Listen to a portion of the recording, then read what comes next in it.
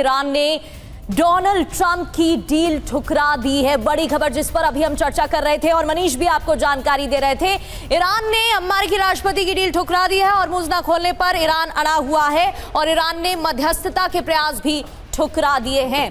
तो एक तरफ लगातार जानकारी सामने आ रही है कि सीज़फायर को लेकर भी चर्चा हो सकती है। एक्सियोस के हवाले से भी बड़ी खबर सामने आई, 45 दिन के सीज़फायर को लेकर भी चर्चा हो सकती है। उधर दूसरी ओर इजरायल में मीटिंग हो रही है और अमेरिकी राष्ट्रपति की तरफ से लगातार बयान बदले जा रहे हैं। बुधवार को खत्म हो रही है ट्रंप के अल्टीमेटम की समय सीमा, वॉल स्ट्रीट जर्नल के हवाले से खबर। मुश्तबा का हॉर्मूज हट, ईरान ने अस्थायी युद्ध विराम के बदले हॉर्मूज खोलने का प्रस्ताव ठुकरा दिया है, जिसको लेकर अमेरिकी राष्ट्रपति की तरफ से कई बयान आ चुके हैं। अमेरिका की शर्तों को अस्वीकार्य बताते हुए समझौता करने से इनकार कर दिया। ईरान ने अमेरिका ईरान के बीच तनाव कम करने की कोशिश फिलहाल नाकाम होती दिख रही है। तुर्की, मिस्र, पाकिस्तान की मध्यस्थता की कोशिश चारों खाने चित हो गई, क्योंकि साफ मना कर दिया ईरान ने बातचीत के लिए इस्लामाबाद आने से भी इनकार कर दिया था, क्योंकि पाकिस्तान ने धोखा दिया ऐसा ईरान को लगा और ये कई आरोप लगाते हुए कई बयान सामने आए थे, कई दावे। बुधवार सुबह ट्रंप की चेतावनी की समय सीमा खत्म हो रही है। वॉल स्ट्रीट जर्नल के हवाले से खबर कि ईरान मना कर चुका है। डेडलाइन खत्म होने के बाद क्या होगा, यह बड़ा सवाल है। ईरान पर हमले का नया चरण शुरू हो जाएगा।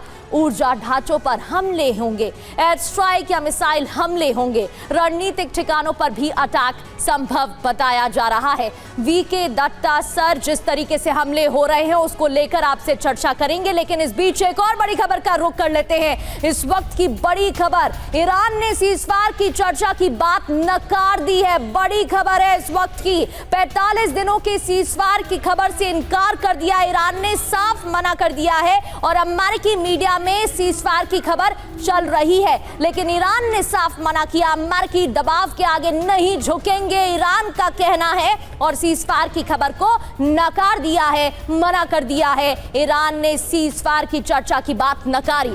दत्ता सर, साफ है ईरान समझ रहा है कि अगर वो झुकेगा तो फिर आने वाले वक्त में उसका भी हाल इराक जैसा हो सकता है, सीरिया जैसा हो सकता है। इस वजह से वो अपने हौसलों को बुलंद रखते हुए डटा हुआ दिख रहा है, लेकिन क्या वाकई में वो कामयाब हो पाएगा, क्योंकि अमेरिकी राष्ट्रपति ने तो आगे का प्लान तैयार कर लिया है।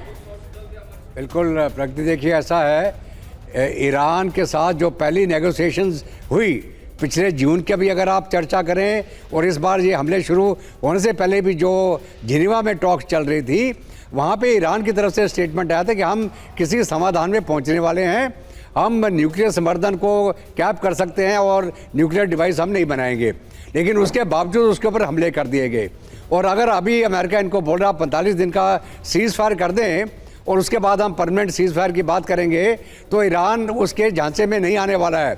यही मैं आपका एक क्वेश्चन दूंगा, जो रशिया यूक्रेन की जंग है, रशिया ने भी लगातार टेम्पररी सीज़ फायर के लिए मना किया है। उसने बोला परमानेंट सोल्यूशन जब होगा तभी ये सीज़ फायर होगा। उसी तर्ज के ऊपर ईरान भी चल रहा है कि अगर परमानेंट सोल्यूशन, जिसके अंदर उन्होंने 3-4 अपनी मांगे रखी हैं, जब तक वो अब मांगे पूरी नहीं करेंगे तो ये सीज़ फायर नहीं एक्सेप्ट होगा, ना हॉर्मुज़ को खोला जाएगा। तो ईरान को कहते हैं जो दूध का जला छाछ को फूंक के पीता है, वो ये मोमेंटम को मेंटेन रखना चाहते हैं। वो समय नहीं देना चाहते इजराइल और अमेरिका को अपना थॉट सिस्टम को रीडिप्लॉय करने का, या जितना इनकी बैटरीज का नुकसान हुआ है उसको आपूर्ति करने का। इसलिए ईरान इनकी शर्तें नहीं मान रहा है। जो तबाही ईरान के ऊपर इजराइल और अमेरिका मिलकर कर रहे हैं, बिल्कुल सर, जैसा आपने कहा कि तबाही तो चल ही रही है, हमले तो चल ही रहे। उससे जुड़ी एक और खबर आ गई है। तेहरान में यूएस इजराइल का भीषण हमला हुआ है। मेहराबाद एयरपोर्ट के पास एयर स्ट्राइक की गई है। हमले के बाद इलाके में तबाही मची है। तो एक तरफ कहां बातचीत की बात और वहीं दूसरी तरफ हमलों की बरसात। ये देखिए तेहरान की तस्वीरें, जब यूएस और इजराइल की तरफ से भीषण हमले किए गए।